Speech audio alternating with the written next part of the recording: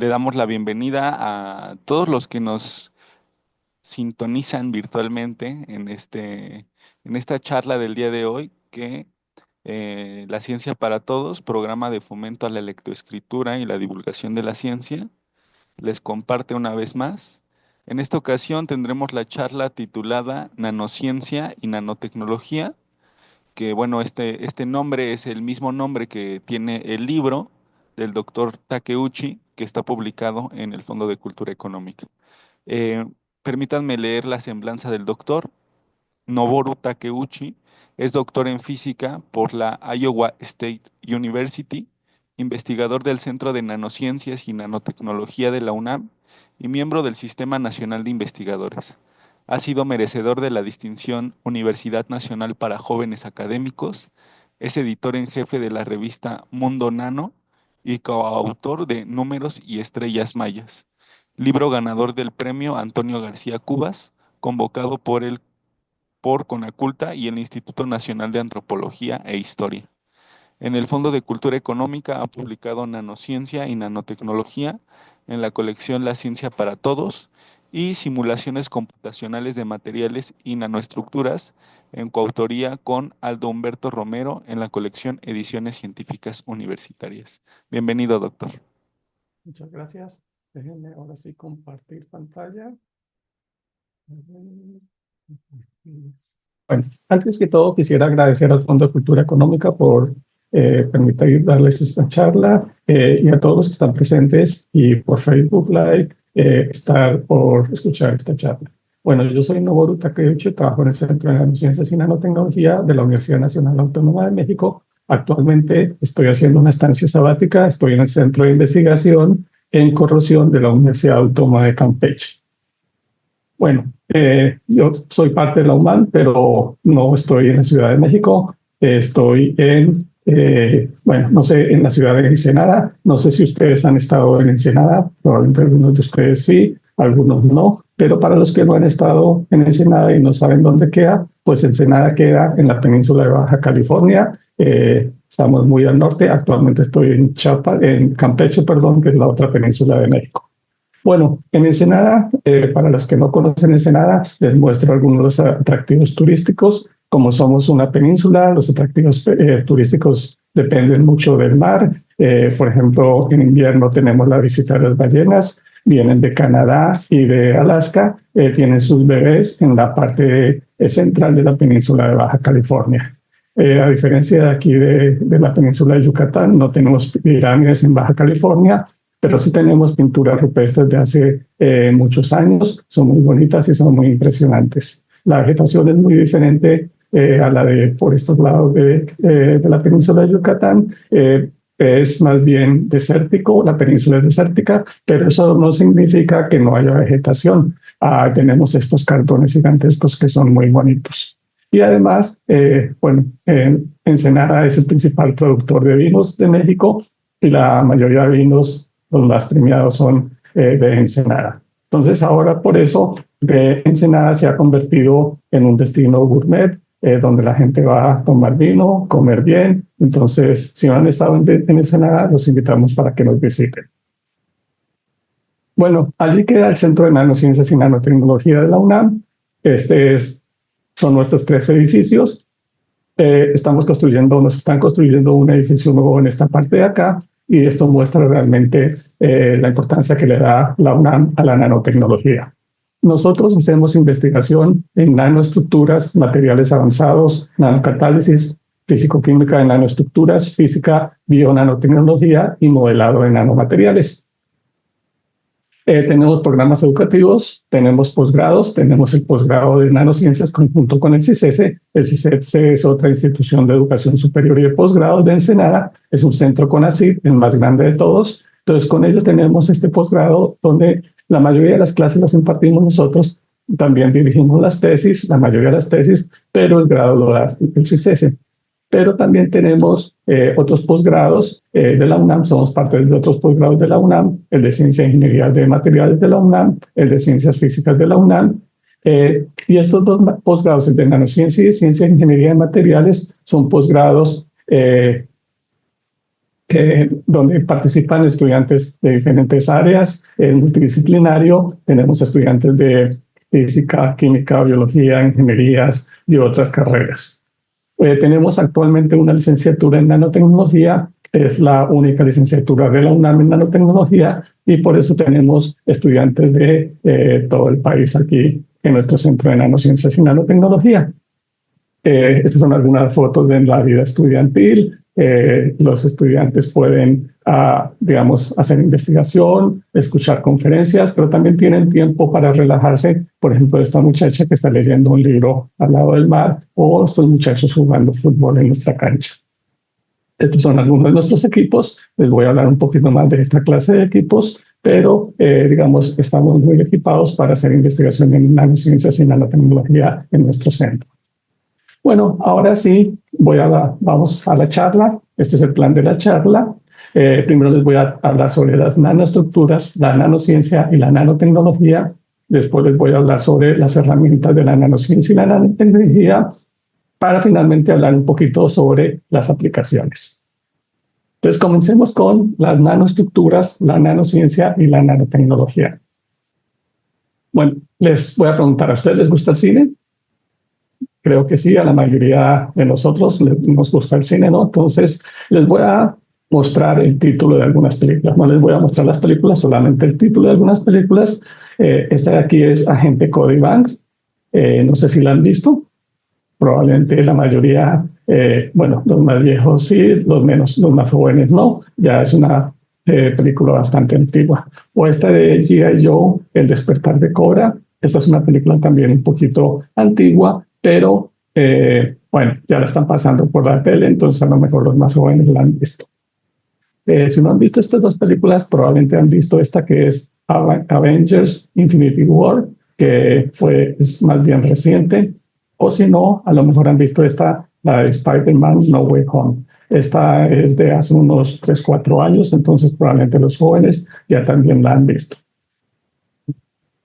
Entonces les pregunto, ¿por qué les estoy hablando de estas películas? ¿Ustedes qué creen? ¿Por qué estoy hablando de estas películas? Bueno, la respuesta es que en todos ellos hablan de cosas como las nanobots, los nanomites y en general de nanotecnología. Por ejemplo, en esta película, la agente Cody Banks, hay unos nanobots que pueden destruir compuestos de carbono y silicio, y en esta escena de la película le iban a inyectar a esta persona los nanobots para realmente cuando somos hechos de carbono, entonces si nos inyectan esos nanobots, nos vamos a morir. En esta otra película hay los nanomites que pueden hacer muchísimas cosas.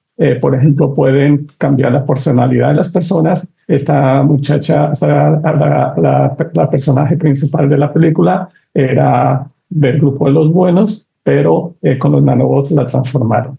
Y aquí en esta escena de esta película tienen un arma donde disparan los nanomites que pueden destruir todos los compuestos metálicos y en esta escena de la película comienzan a destruir la Torre Eiffel. Perdón. Bueno, y en estas otras películas, la de Avengers o la de Spider-Man, ¿dónde está la parte de la nanotecnología? Bueno, aquí sí les voy a mostrar un pedacito de la película solamente para a ver cómo hago aquí. No, creo que no voy a poder mostrar las películas, que lástima, ¿no? Entonces, en esa escena de la película llegan los extraterrestres y entonces está Tony Stark y está también Hulk y entonces los van a destruir. Entonces, Tony Stark le dice a Hulk que los defienda, pero entonces Hulk, como ustedes saben, solamente se convierte en Hulk cuando está enojado y en ese momento no estaba enojado. Entonces, a Spider-Man le tocó convertirse en Spider-Man y finalmente pudo vencer a los enemigos. Y al final de la escena, que no se la pude mostrar, Hulk le pregunta ¿de dónde viene eso? Y entonces Tony Parker le dice ¿es nanotecnología? ¿Te gusta? Bueno, y es que en el caso de Iron Man, se habla de unas nanomáquinas. El traje de Spider-Man está hecho de unas nanomáquinas a las cuales se les pueden ordenar que se conviertan en cualquier tipo de estructura sobre la piel de Tony Stark. Y entonces básicamente Iron Man y Tony Stark se convierten en una sola persona. Bueno, y en la película esta de Spider-Man No Way Home, también resulta que Tony Stark le construye un traje a Spider-Man y que más adelante, el Doctor Octopus le roba la tecnología y se queda con los tentáculos. Ahora les pregunto a ustedes, ¿existe esta tecnología? ¿Ustedes creen que existe esta tecnología? Bueno, la respuesta es todavía no existe. Tal vez más adelante podría existir como están las películas, pero ahorita no existe. Sin embargo, existen las nanoestructuras, la nanociencia y la nanotecnología. Bueno, ¿de qué estamos hablando? Yo siempre les digo nanoestructuras, nanociencia, nanotecnología. Todas tienen nano. ¿Nano qué es? ¿Qué es nano? Nano es un prefijo que viene del griego y significa enano. Entonces, ustedes conocen probablemente, no saben del tiranosaurio Rex, ¿no? Es un animal que no era pequeño, era muy grande.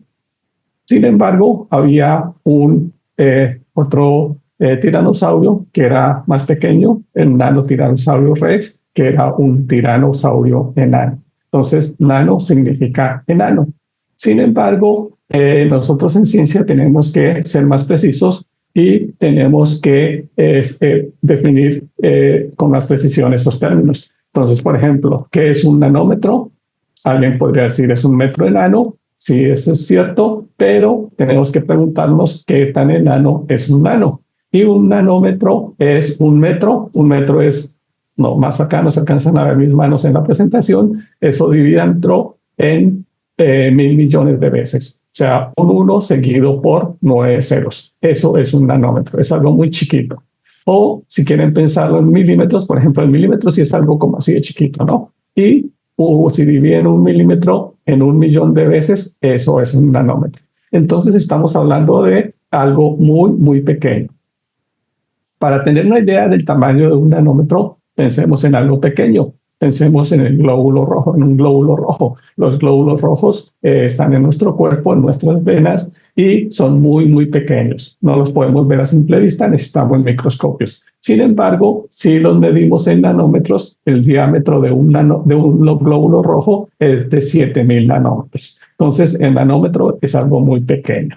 Bueno, no tenemos idea realmente de qué tan pequeño es el glóbulo rojo, pero sí tenemos idea de qué tan pequeño es el cabello, el diámetro, el grosor de un cabello humano. Estamos hablando del grosor y no de la longitud del cabello, porque en este caso la muchacha tiene el cabello muy, muy largo. Sin embargo, en el diámetro de un cabello humano promedio cabe aproximadamente 75.000 nanómetros. Entonces estamos hablando de que el nanómetro es una medida muy, muy pequeña.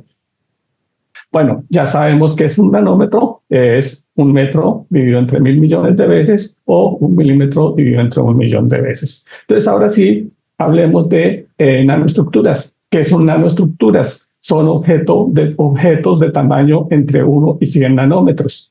La nanociencia estudia las nanoestructuras y los procesos fundamentales que ocurren en escalas entre 1 y 100 nanómetros. Y la nanotecnología busca aplicar la nanociencia para aplicaciones prácticas. Sin embargo, en muchas ocasiones se denomina la nanotecnología a la habilidad de controlar la materia átomo por átomo. Y esa es la razón del título del libro, que podemos ahora mover un átomo y cambiarlo a otra posición, lo podemos manipular la materia átomo por átomo y de esa manera construir un mundo mejor. Bueno, ¿qué tienen de especial los tamaños entre 1 y 100 nanómetros?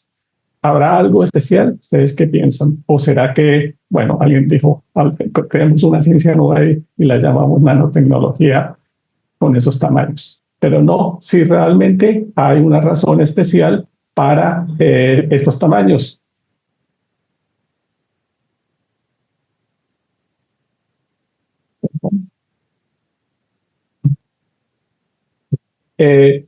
Para entender lo que sucede a esos tamaños, primero hablemos de las propiedades de los materiales más grandes. ¿Sí? Pensemos, por ejemplo, en estos tres materiales que tenemos.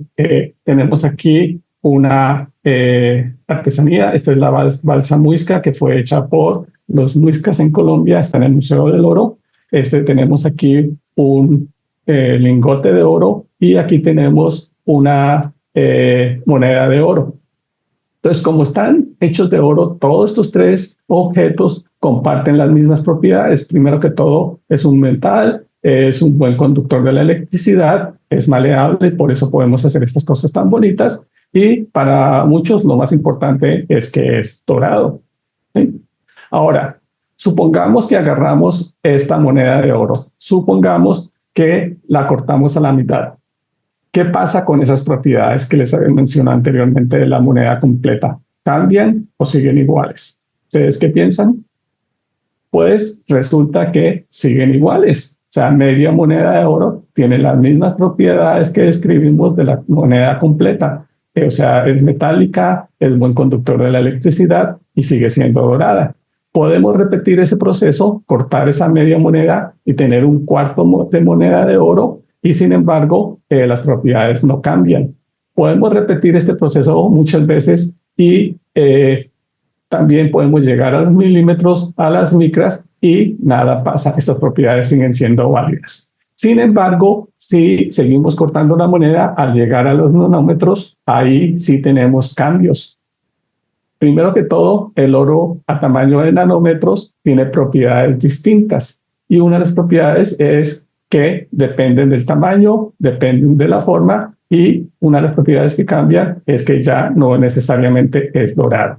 Así, nanopartículas esféricas de 100 nanómetros son amarillas, si son de 50 nanómetros son verdes, si son de 25 nanómetros son rojas. Y no solamente cambia su color, sino también sus otras propiedades físicas y químicas. Y no solamente es el oro, es cualquier material a tamaños nanométricos, sus propiedades son diferentes a los tamaños grandes que conocemos nosotros. Bueno, entonces ya sabemos qué son las nanoestructuras, la nanociencia y la nanotecnología. Ahora vamos a hablar un poquito de cómo podemos trabajar a esos tamaños tan pequeños. Entonces vamos a hablar de lo que son las herramientas de la nanociencia y la nanotecnología. El uso de las nanoestructuras no es nuevo. Artesanos de la Edad Media no lo sabían, pero usaron nanopartículas de oro para darle color a los vitrales. Perdón.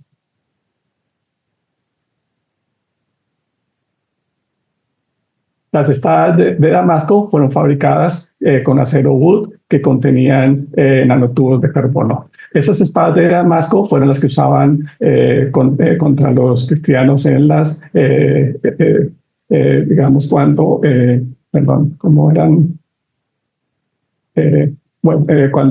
estaban tratando de conquistar, a convertir el cristianismo al resto del mundo, los cruzados, en las cruzadas, perdón. Otro ejemplo lo encontramos más cerca de nosotros, el azul maya. El azul maya es una pintura que fue usada muy frecuentemente en Mesoamérica. Esta es, por ejemplo, una fotografía tomada en Bonampak, Chiapas. No sé si ustedes han estado en Bonampak. Es muy caliente, muy húmedo, y ahí dentro están estas pinturas, todavía siguen así y son muy bonitas. Y el azul que se tiene allí es un azul muy especial, y realmente fue fabricado por los antiguos mayas. O sea, no es un material que se encuentre naturalmente, fue creado. Entonces, ahí también hay nanoestructuras. Sin embargo, lo realmente nuevo de la nanotecnología es que ahora tenemos la habilidad para ver y manipular la materia a nivel de la nanoescala y entender las interacciones a escala atómica. Hoy poseemos herramientas para ver y para manipular el nanomundo. O sea, ya podemos trabajar en el nanomundo y ya podemos entender qué está pasando allí. Bueno, primero que todo, hablemos sobre instrumentos para estudiar el nanomundo. Cuando queremos ver cosas pequeñas, usamos microscopios. ¿Qué son los microscopios? Básicamente funcionan con dos lentes, una lente ocular, una lente objetiva, y con eso podemos tener un aumento del tamaño. Entonces, para ver cosas pequeñas usamos microscopios. La pregunta es, ¿podemos ver nanoestructuras con un microscopio de estos del laboratorio que tenemos en clase, por ejemplo, en la escuela? Y no, realmente no, porque estos microscopios tienen una resolución muy grande, no muy buena, y entonces no podemos ver nanoestructuras. Sin embargo, tenemos otros microscopios, los microscopios electrónicos, que en lugar de luz usan electrones y en lugar de usar lentes ópticas usan lentes magnéticas. Y eso es debido a que en el caso de los microscopios ópticos es para la luz. Aquí lo que necesitamos es cambiar la trayectoria de los electrones y por eso usamos lentes magnéticas. Esta es una foto de una hormiga usando ese microscopio. Entonces, el microscopio electrónico. Esta clase de fotografías la pueden hacer con un microscopio óptico, probablemente no van a tener tantos detalles, pero sin embargo, si queremos ver más detalles, podemos usar el microscopio electrónico. ¿Quieren ver ahora cómo se ve la cabeza de la hormiga? Esta es la cabeza de la hormiga. ¿Queremos ver los ojos de la hormiga? Aquí están los ojos de la hormiga. Entonces, estas son tomadas con el microscopio electrónico de barrido. Ahora, vamos a ver una nanoestructura. Estamos hablando de nanoestructuras. Entonces, esta es una nanoestructura. Aquí cada punto de estos corresponde a un átomo. Entonces, la pregunta que les quiero hacer es, ¿será que estos dos objetos son del mismo tamaño? ¿Se parecen en sí porque son más o menos esféricas, pero tendrán el mismo tamaño? Digamos, en la pantalla pueden ver que parecen que están del mismo tamaño. Sin embargo, aquí tienen que tener en cuenta la escala. Esta raya significa que esta distancia mide 0.05 milímetros y aquí, en cambio, esta rayita dice que mide 2 nanómetros. Entonces, realmente este objeto es más pequeño. Entonces, si queremos saber, comparar realmente qué tan grande es un objeto con respecto al otro, necesitamos usar una escala, la misma escala. Entonces, tratemos de hacer eso con la escala del ojo de la hormiga. Bueno, estamos usando esta escala, estos 0.05 milímetros. Pueden ver este puntito aquí blanquito, brillante. Esa no es la nanoestructura. Ese es el puntito más pequeño que tenía la resolución de mi computadora. Entonces, la nanoestructura es realmente 1000 veces más pequeña que ese puntito blanco que están viendo allí. Entonces, las nanoestructuras son realmente algo muy, muy pequeño. Bueno, hay otro microscopio que se llama microscopio de tunelamiento electrónico. Se basa en el efecto túnel. Es un efecto cuántico. No sé si han escuchado ustedes de ese efecto túnel. Resulta que, bueno, para hacer una analogía, supongamos que tenemos en el mundo normal, el mundo de tamaño grande, tenemos una pelota, digamos una pelota de béisbol. ¿Qué pasa si lanzamos esa pelota contra la pared? Atraviesa la pared o rebota. Entonces, normalmente la pelota de béisbol choca contra la pared y rebota. En el campo de las cosas muy pequeñas, en el mundo cuántico, las propiedades cambian también y entonces un electrón, por ejemplo, puede atravesar una barrera y ese efecto es lo que se llama el efecto túnel. O sea, los electrones pueden atravesar ciertas barreras. Entonces, el microscopio de efecto túnel funciona a base de ese efecto y entonces lo consiste en una punta muy, muy pequeña. Esta sería una caricatura de la punta y entonces acercamos muy cerca de la punta a lo que sería la nanoestructura, que sería esta de aquí, y entonces la acercamos, pero no tocamos, la punta no toca la nanoestructura. Y lo que se hace es de que se aplica un voltaje y usando el efecto túnel del que hablamos anteriormente, los electrones pueden pasar de un lado al otro. Y con eso podemos estudiar las nanoestructuras. Realmente lo que se hace es que la punta va siguiendo los contornos de la nanoestructura y por eso de esa manera podemos estudiar sus propiedades. Esto funciona más o menos como cuando por ejemplo, si estamos en un sitio muy oscuro, tenemos un objeto, queremos saber la forma de ese objeto, pero no podemos verlo. Entonces, ¿qué hacemos? Con las manos podemos tocarlo. Así funciona más o menos ese microscopio. Entonces, ¿qué tan cerca está la punta de la superficie? Esta es una imagen tomada del microscopio electrónico de la punta de un microscopio de efecto túnel. Esta sería una caricatura de la nanoestructura y entonces la distancia que tiene que estar más o menos la punta de la nanoestructura es de 1 nanómetro. Eso es algo muy pequeño, ya lo dijimos.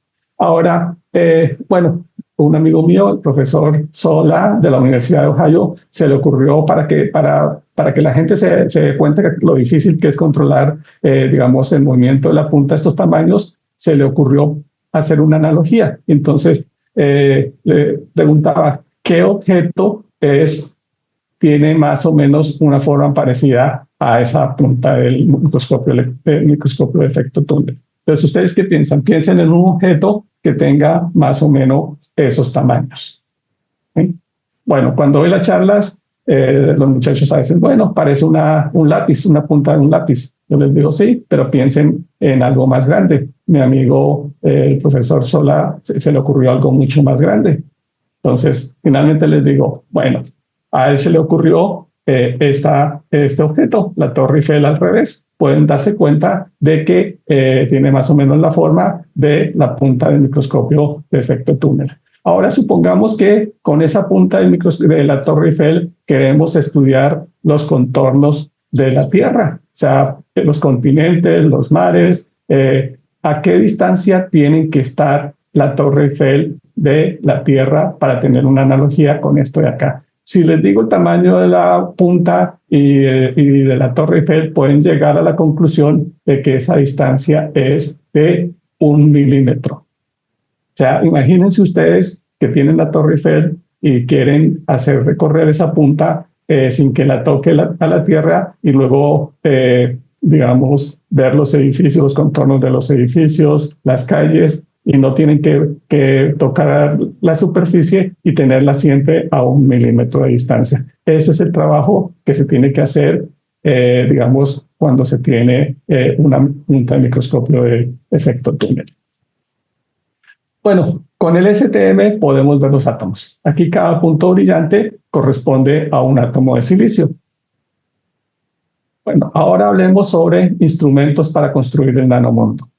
Hablamos antes de instrumentos para ver el nanomundo, para estudiar el nanomundo. Ahora pensemos en instrumentos para construir el nanomundo. Entonces, otra vez hablamos del microscopio de tunelamiento electrónico. Aquí está escrita una palabra. No sé si ustedes sepan qué significa que está escrito aquí. O bueno, otra pregunta es, ¿cómo escribimos esta palabra? Entonces, cuando doy la charla, los muchachos siempre me dicen, esto es un carácter chino, entonces tiene que ser tinta china. Pero realmente la tinta china es negra, ¿no? Y aquí la vemos roja. Bueno, esto fue escrito con átomos. Y la palabra que está escrita es átomo en caracteres kanjis, que son los caracteres que se usan en los idiomas chino y japonés. Y está escrito con átomos de hierro sobre una superficie de cobre. Aquí cada punto rojo corresponde a un átomo. Entonces, estos átomos los movieron y los pusieron en esa posición. Otro ejemplo que les voy a dar también fue hecho por el profesor Solar. Antes de mostrarles ese ejemplo, les voy a contar cómo es que se pueden mover los átomos con el STM. Aquí, por ejemplo, tenemos una vista lateral de lo que sería un escalón, digámoslo aquí. Aquí tenemos un punto rojo que representa un átomo que queremos mover y esto sería la punta del microscopio. Entonces, lo que hacemos es, bajamos la punta, lo acercamos al átomo que queremos mover, inyectamos electrones, debido a que se inyectan electrones, se forma un enlace químico entre la punta y el átomo, rojo en este caso, y entonces si movemos la punta, como hay un enlace químico, también se mueve el átomo. Entonces ahora lo podemos llevar a algún lado la punta y el átomo a cualquier otro lado de la superficie, y ahora la pregunta es, ¿cómo hacemos para quitar la punta y no llevarnos el átomo en sí? Entonces hacemos el proceso contrario al que hicimos inicialmente, quitamos electrones, se rompe el enlace químico y luego entonces podemos mover la punta. Y finalmente el resultado es que movimos ese átomo. Entonces esa es la forma como podemos ver átomos con el STM. Y como les dije, podemos mover un átomo a la vez. Y entonces ahora sí les muestro el trabajo que hizo el profesor Sola, donde construye una circunferencia con átomos. Aquí pueden ver cómo se están arreglando los puntos. Al principio están los puntos brillantes, están completamente desordenados y poco a poco se están ordenando.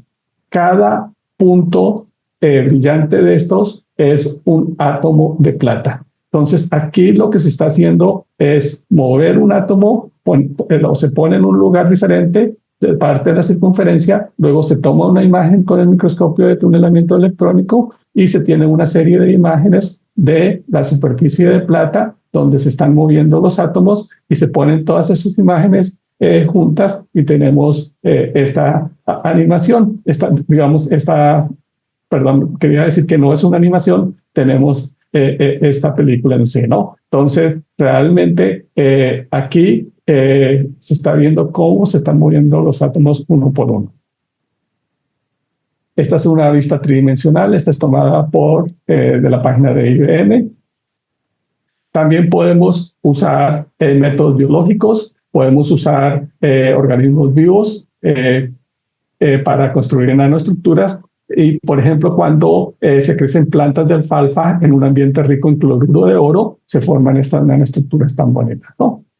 Son nanoestructuras de oro.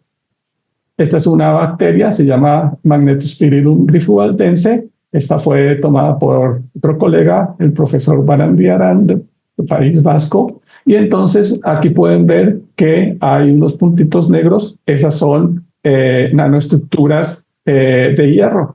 Y resulta que esta bacteria se orienta en el espacio gracias a esas nanoestructuras magnéticas. Si no hay hierro en el medio ambiente, las bacterias se mueren.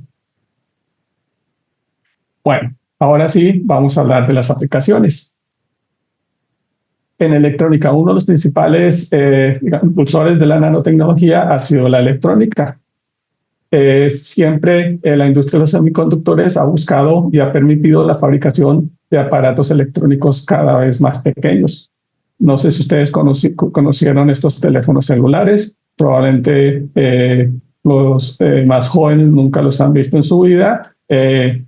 Yo tampoco los había visto, a pesar de que salieron más o menos en los años 80, yo tampoco lo alcancé a conocer porque en esa época los teléfonos celulares eran muy caros y uno no tenía posibilidad de tener uno de ellos. Ahora ustedes tienen estos teléfonos celulares que son mucho más bonitos, más pequeños, y no solamente eso, sino que tienen muchas más funcionalidades. Este teléfono, a pesar de lo grandote que era, solo servía para hacer llamadas por teléfono. En cambio, ustedes en un teléfono celular de esto, ¿qué pueden hacer? Pueden llamar por teléfono, pueden tomar fotografías, enviar correos electrónicos, hacer películas, chatear o escuchar música.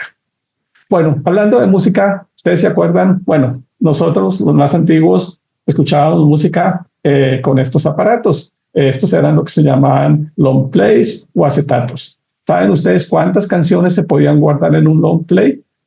Más o menos eran como 5 o 6 canciones por un lado, 5 o 6 canciones por el otro lado. O sea, teníamos un máximo de aproximadamente 12 canciones. En un teléfono celular de ustedes, ¿cuántas canciones pueden guardar ustedes? Estamos hablando de cuántas canciones. Probablemente mucho más que 12, ¿no? Realmente podemos guardar muchísimas canciones, por ejemplo, en un teléfono iPhone 11 de 256 GB de memoria, podemos guardar aproximadamente 80,000 canciones. Si tiene un disco externo, digamos 3 terabytes, podemos guardar casi 1,000,000 de canciones. Entonces, si ustedes se ponen a pensar en qué es guardar cada canción, pues es muchísima información la que se guarda en una sola canción. Por ejemplo, tienen que guardar la letra, la música de la canción, y eso lo pueden guardar 1,000,000 de esas canciones. Entonces es algo impresionante, ¿sí? Entonces, eso es gracias a la nanotecnología. Para guardar la información, en este caso las canciones, se usa el efecto de resistencia magnética gigante, donde un material no magnético está entre dos materiales magnéticos de grosores en los nanómetros. Entonces, aquí estamos hablando de nanotecnología. Entonces, la próxima vez que escuchen sus canciones con su teléfono, acuérdense que es gracias a la nanotecnología y a la resistencia magnética gigante. Bueno, entonces esa es otra aplicación de la nanotecnología.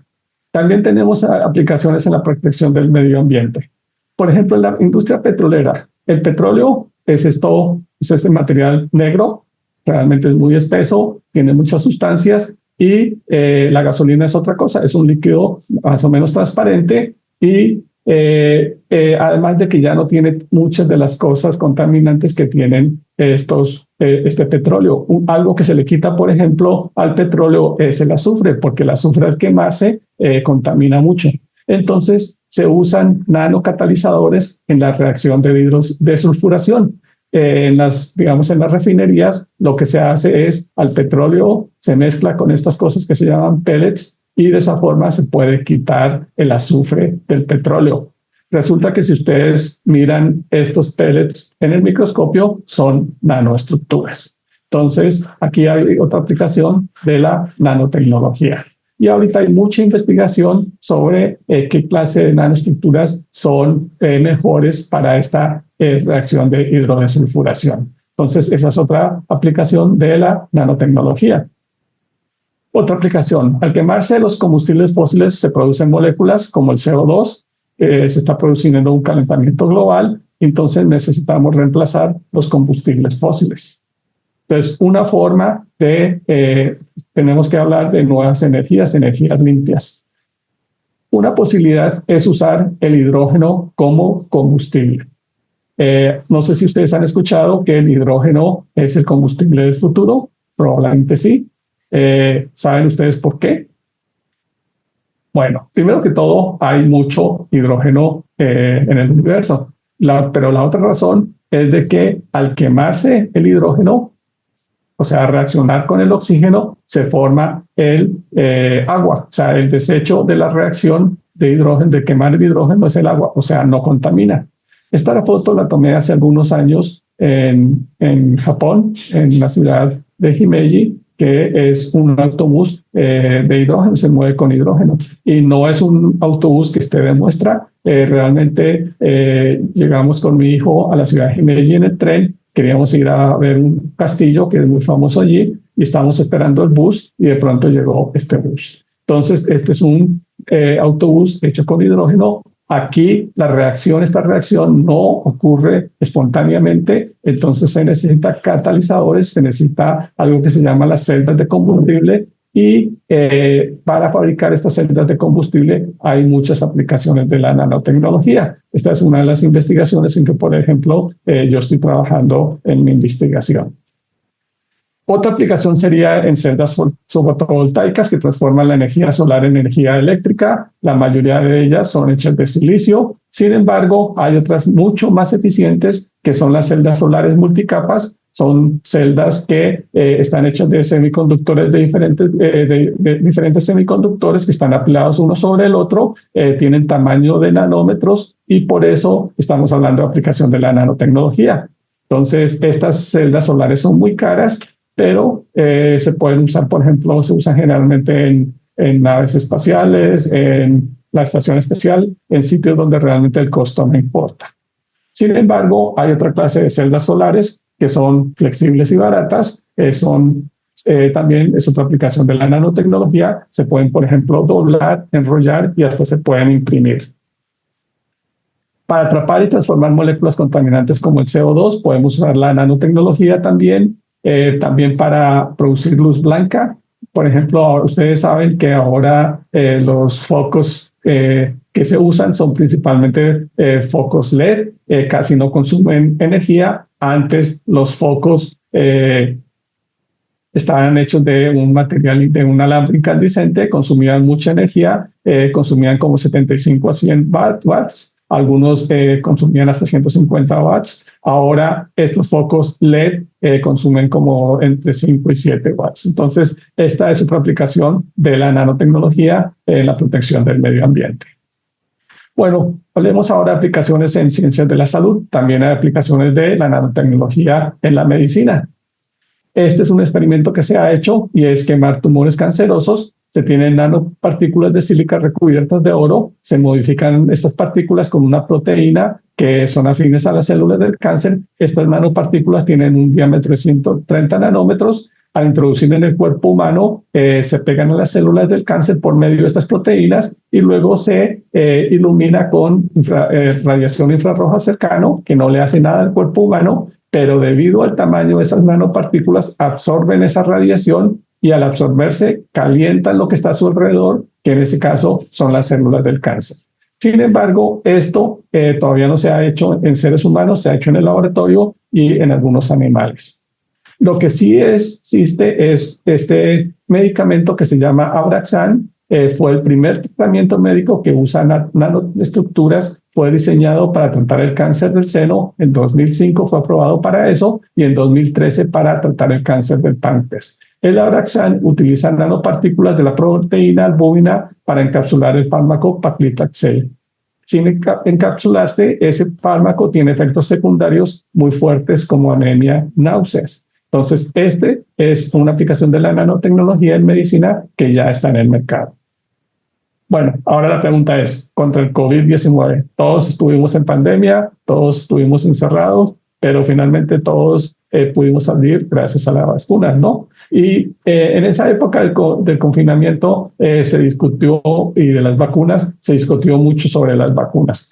Salieron muchos rumores, memes, de todo sobre los efectos de la vacuna. Uno de los memes que salieron, o de las cosas que rumores que decían, es que las vacunas tenían nanoimanes. Entonces, había memes donde estaba pasando alguien que lo habían acabado de vacunar, pasaban al lado del refrigerador y entonces ya no se podía mover.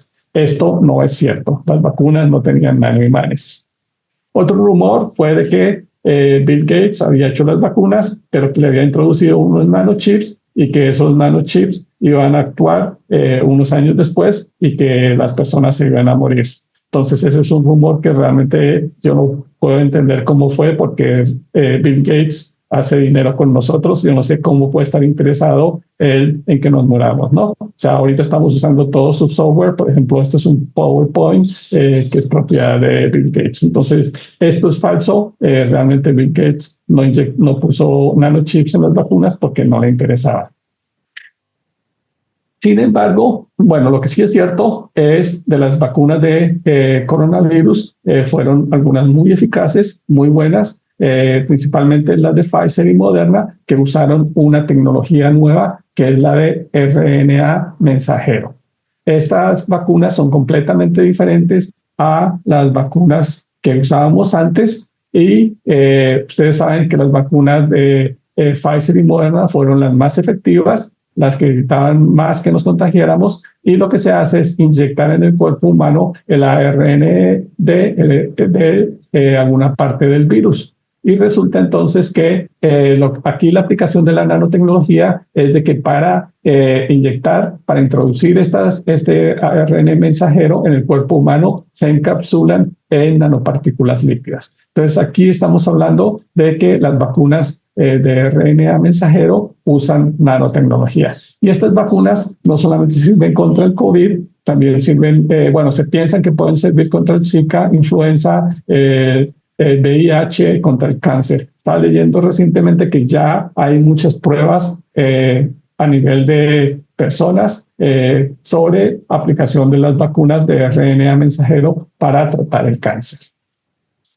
Bueno, también hay aplicaciones de la nanotecnología para nuevos materiales, materiales recientes y flexibles. No sé si ustedes conozcan a esta persona. Este es Roger Federer, fue un jugador de tenis muy famoso. Pues él usaba una raqueta que contenía nanotubos de carbono. Los nanotubos de carbono son muy resistentes, son muy flexibles y por eso le pasa esas propiedades a las raquetas, y no solamente raquetas, sino otra clase de elementos que se pueden usar.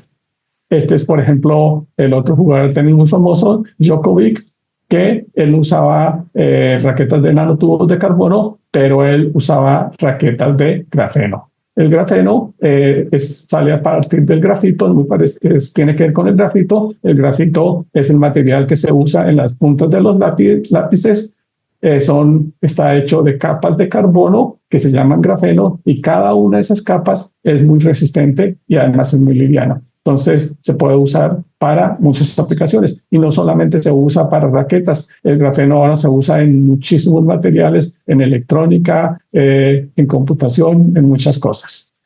Bueno, también sirve para fabricar nanotecnología para materiales para repeler el agua. Pues aquí se puede ver el vidrio que ha sido tratado con nanotecnología y pueden ver que no se le pega el agua. Bueno, esto es una foto mía donde estoy usando una playera que está hecha con una fibra que se llama Nanotech, que tampoco se moja. Bueno, la pregunta es ahora, ¿y el traje de Iron Man? Pues eso les toca hacerlo a ustedes. Eh, bueno, para terminar, en el siglo XVIII y en el siglo XIX tuvimos la revolución industrial. La segunda mitad del siglo XX tuvimos la revolución de la electrónica y las nanociencias y la nanotecnología están impactando prácticamente todos los aspectos de nuestras vidas y estamos ante una nueva revolución tecnológica.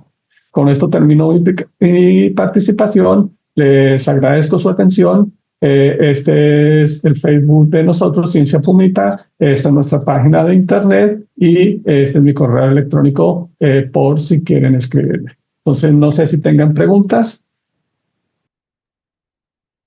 Muchas gracias, doctor. Voy a detener su presentación un Ok, momento sí, y listo. y pueden escribirnos en el chat de aquí de Zoom cualquier duda que tengan para poder interactuar por medio del chat. Tan solo escríbanlo aquí y también pueden hacerlo por los comentarios de Facebook Live. Am, y en lo que se animan a hacer más preguntas los muchachos, doctor, yo quería preguntar, a mí me gusta el mundo de las computadoras y todo esto, Uh -huh. y hasta donde sé, los chips de los procesadores están hechos de silicio. ¿Hay alguna razón especial para que sean de este material y no de otro? Bueno, los chips tienen que ser hechos de un material semiconductor. Entonces, materiales semiconductores, por ejemplo, están el silicio, el germanio. Inicialmente los transistores se comenzaron a hacer con germanio, pero resultó más barato el silicio. ¿Sí? Entonces, ahí en los chips, por ejemplo, hay aplicaciones de la nanotecnología, digamos, en los circuitos integrados, cada partecita, la parte más pequeña, tiene que tener cierto grosor. Y entre más delgadito es más, ¿cómo se dice? Es mejor porque ocupan menos espacio, disipan menos calor. Y entonces estamos hablando ya de chips del orden de creo que 5 nanómetros, es lo que había escuchado. O sea, eso es muy pequeño. Entonces, esta es una aplicación de la nanotecnología en las computadoras. Muchas gracias, doctor. ¿Y actualmente usted está en algún proyecto de investigación? Sí, estamos trabajando en varias áreas. Estamos trabajando, por ejemplo, les mencioné un poquito lo del hidrógeno. Estamos hablando, tratando de, en el hidrógeno se tiene esta reacción donde el oxígeno se combina con el hidrógeno para formar agua.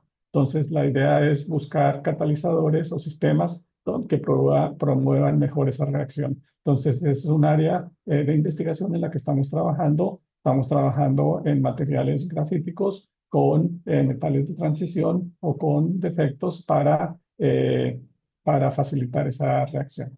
Entonces, esa es una de las áreas en que estamos trabajando. También estamos trabajando en usar nanopartículas, por ejemplo, para atrapar moléculas contaminantes como el CO2 o el dióxido de azufre y otros, digamos, contaminantes, ¿no? Entonces, esas son algunas de las áreas donde estamos trabajando. No sé, también, bueno, en catálisis también estamos trabajando en aplicaciones de nanomateriales para facilitar ciertas reacciones catalíticas.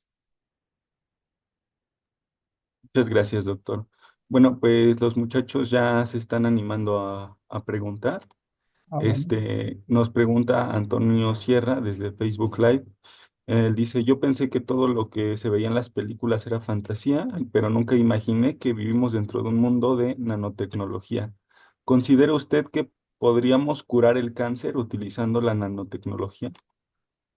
Bueno, eso es lo que les estaba contando ahorita. Ahorita se habla de vacunas contra el cáncer usando esta una tecnología de RNA mensajero y como les decía que ahí la forma en cómo se está introduciendo ese RNA dentro del cuerpo humano es con nanopartículas líquidas, ¿no? Entonces, este es un área que se llama ahora bio-nanotecnología y que es una de las áreas que tienen mayor crecimiento y mayor debido a la importancia en posibles aplicaciones, ¿no?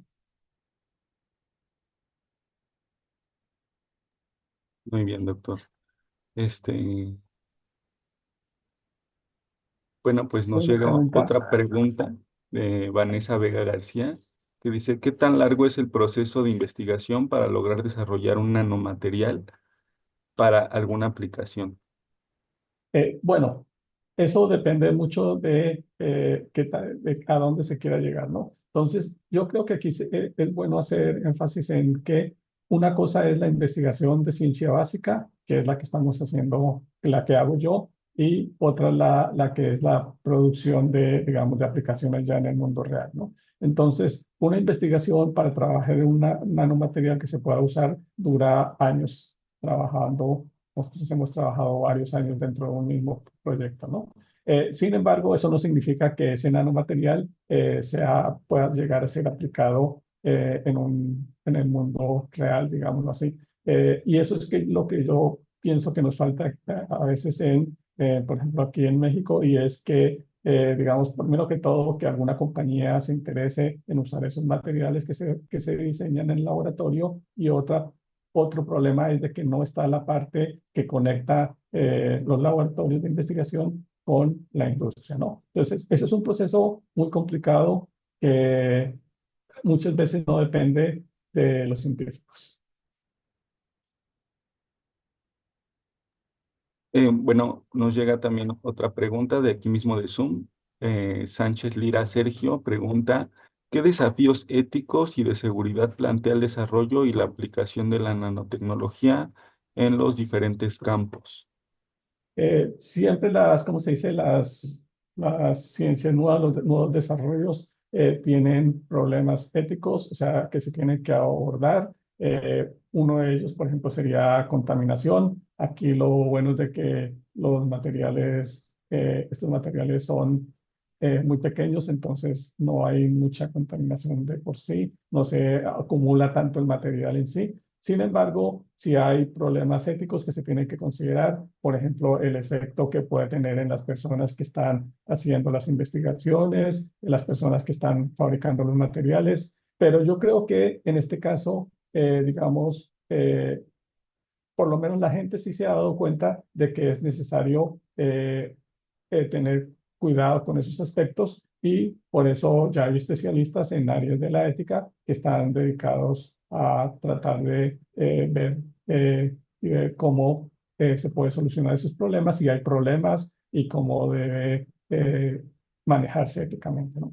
Entonces, toda la tecnología nueva tiene digamos, potenciales problemas y finalmente puede ser usada para cosas malas, como siempre, o como en algunos casos, pero el beneficio también es muy grande, ¿no? Entonces, en algún momento tenemos que decidir o tenemos que tratar de usar la nanotecnología o cualquier tecnología para cosas que beneficien a la humanidad y que no sea lo contrario. Muy bien. Eh, bueno, a continuación, Ángel Narváez pregunta, ¿cuál considera que es la aplicación más prometedora de la nanotecnología con el potencial de generar el mayor impacto en la sociedad en los próximos 5 a 10 años? Bueno, yo creo que el mayor impacto va a ser en el área de bionanotecnología, ¿no? En la parte de medicina. Yo creo que ya el impacto más grande, yo creo para mí, las vacunas ya es un gran desarrollo, ¿no? O sea, nos salvó del COVID y nos puede salvar de otras enfermedades. Entonces, yo creo que en bionanotecnología es el área donde va a beneficiarnos más. En la medicina, pues sí. Caleb Hernández dice, ¿cuáles son los riesgos potenciales asociados con los nanomateriales? Eh, Puede ser que se acumulen en el cuerpo humano, esa sería una posibilidad, aunque esa es un poco baja, como les decía, por la cantidad, ¿no? Estamos hablando de muy poca cantidad. Y lo que pasa es que se podría acumular en algún sitio los desechos, o sea, pero eso también son problemas que nos afectan en todas las áreas, no solamente la nanotecnología, como desechar lo que consumimos. Entonces, ese es otro problema que yo creo que no tiene que ver directamente con, con la nanotecnología, sino con el comportamiento de nosotros de desechar todo, ¿no? O sea, es algo que tenemos que ser conscientes de cuidar las cosas. Y si no lo hacemos, o sea, no solamente es un problema de nanotecnología, sino de cualquier otra. Muy bien. Nos pregunta Lindbergh Arismendis. Hoy en día la inteligencia artificial está muy presente en el mundo tecnológico.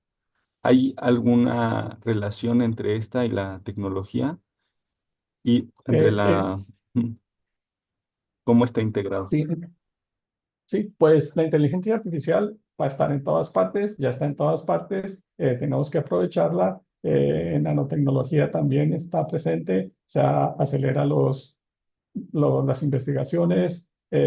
Por ejemplo, el premio Nobel, no sé, fue el de química del año pasado, tenía que ver con inteligencia artificial para estudiar compuestos químicos y finalmente eso también se puede usar para diseñar nanoestructuras, ¿no? Entonces, está muy integrada y realmente yo creo que es algo muy bueno. Ok. Francisco Javier nos pregunta, ¿en México fabricamos esos microscopios electrónicos o dependemos de otros países? Sí. No, en México no se fabrican. Esos microscopios son muy especializados. Creo que se fabrican, probablemente los Geol se fabrican en Japón, tal vez algunos en Alemania, yo pensaría, y son muy pocos países que fabrican esos microscopios, ¿no? Lo que sí se fabrican, se pueden fabricar son los microscopios, pero a nivel de investigación, ¿no? Cierta clase de microscopios se pueden fabricar en un laboratorio, pero es difícil. Sí, ok. Aunque sí contamos con microscopios electrónicos en el Sí, o país. sea, sí, en casi cualquier, bueno, ahorita en muchas universidades, centros de investigación hay microscopios electrónicos, tanto de barrio de transmisión, algunos son muy buenos y realmente el problema es que son muy costosos. Entonces, realmente las pólizas de mantenimiento son caras, entonces ahí sí se necesita un poquito más de apoyo del gobierno para seguir haciendo investigaciones, ¿no? Por medio de proyectos, los proyectos con CONACYT, proyectos de la UNAM o proyectos del CIMBESTAR. Entonces, hay que renovarlos y eso cuesta dinero. Am, bueno, Juan nos pregunta, ¿cómo podría afectar en la vida cotidiana la nanotecnología de forma positiva? Supongo que con los nuevos materiales, ¿no? Como nos puso en una diapositiva, una especie de material impermeable, no sé qué otras Bueno, cosas.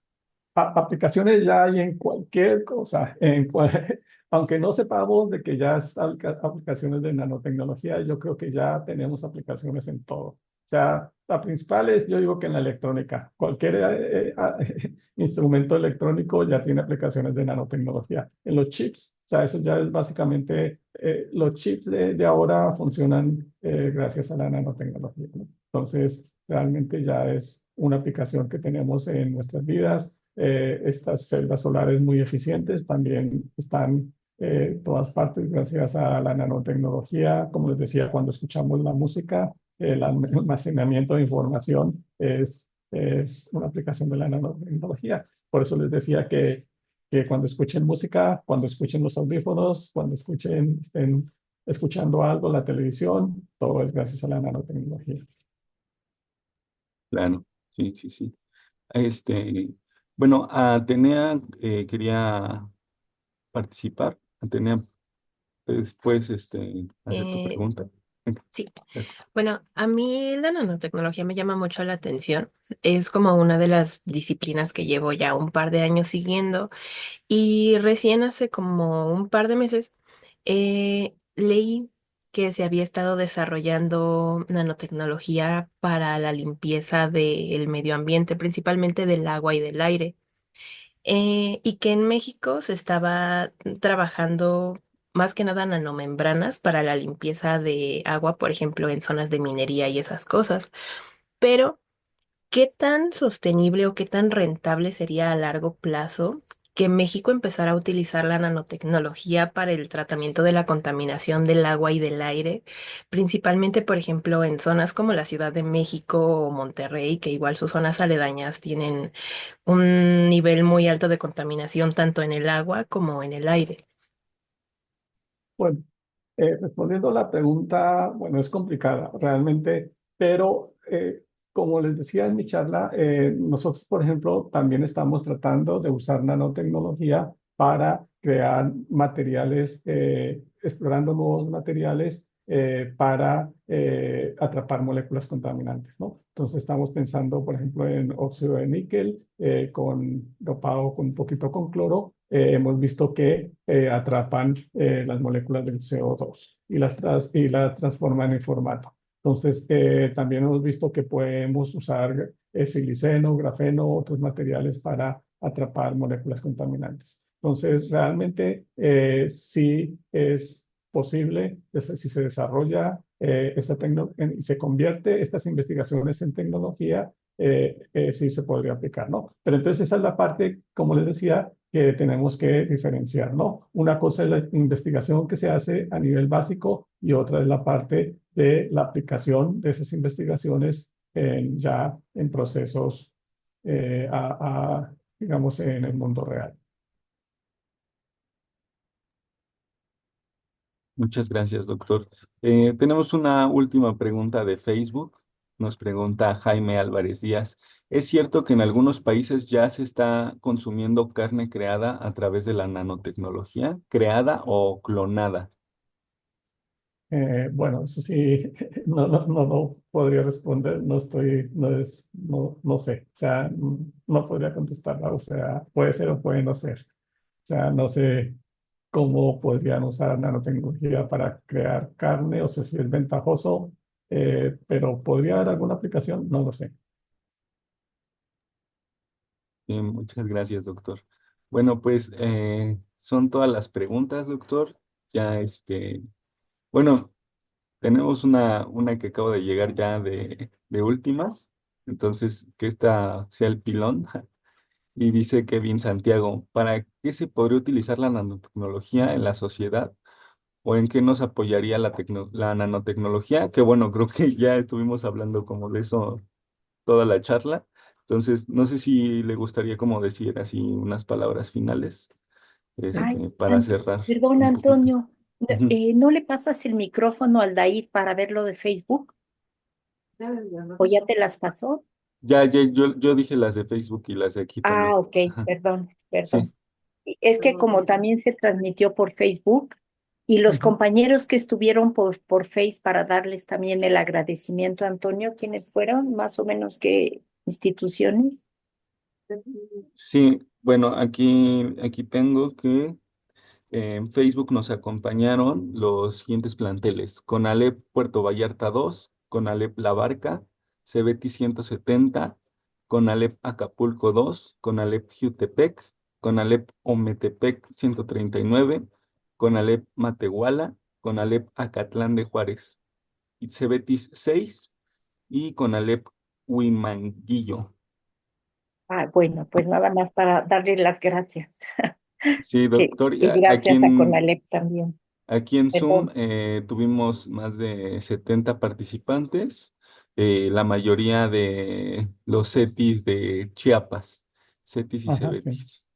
Sí. Bueno, contestando la última pregunta, realmente la nanotecnología ya está con nosotros. Está en todas partes. Hay aplicaciones donde no sabemos. Bueno, también hay aplicaciones donde se dice que se usa nanotecnología y que no es, pero realmente la nanotecnología ya está haciendo que esto sea una revolución tecnológica y entonces hay que darle el mejor uso. Tenemos que pensar lo que han comentado mucho, tenemos que ver si tiene algún problema de contaminación o puede producir cierta clase de problemas éticos. Eso lo tenemos que analizar con cuidado, pero también tenemos que pensar que realmente es una gran ventaja, es una gran herramienta que tenemos y que podemos sacarle mucho de ella.